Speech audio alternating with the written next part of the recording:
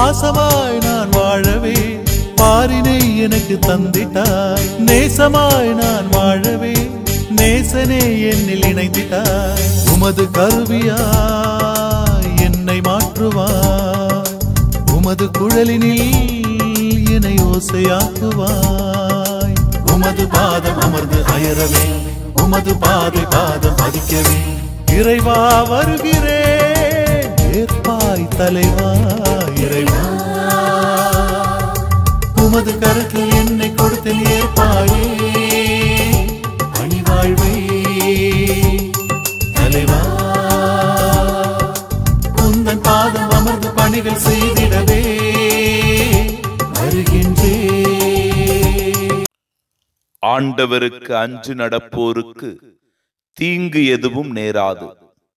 அவர்களை அவர் சோதனையினின்று மீண்டும் மீண்டும் விடுவிப்பார். சீராக் 33:1. என் ஆயன் ஆண்டவர் எனக்கேதும் குறையில்லை.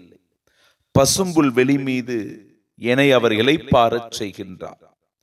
இறை அச்சமே வாழ்வின் உண்மைகளை வெளிப்படுத்தும். கடவுளை முதன்மையாக கொண்ட மனிதன் வாழ்வின் அர்த்தத்தை உணர்ந்து கொள்கிறான். கடவுள் மீது நம்பிக்கை வைத்துள்ள மனிதரை கடவுள் பாதுகாக்கின்றார். எத்தீங்கும் நெருங்காமல் அவர் தன் கண்ணின் மணி என காக்கின்றார். எந்த பொல்லாப்புகளும் ஆபத்து விபத்துகளும் நோய் நொடிகளும் நெருங்காமல் எல்லா சோதனைகளிலிருந்தும் விடுதலை அளிக்கின்றார். எனவே நமது நம்பிக்கை, செயல், வாழ்வு அனைத்தும் கிறிஸ்துவுக்காக இருக்க வேண்டும். பின்னர் அனைத்தையும் அவரே பார்த்துக் கொள்வார்.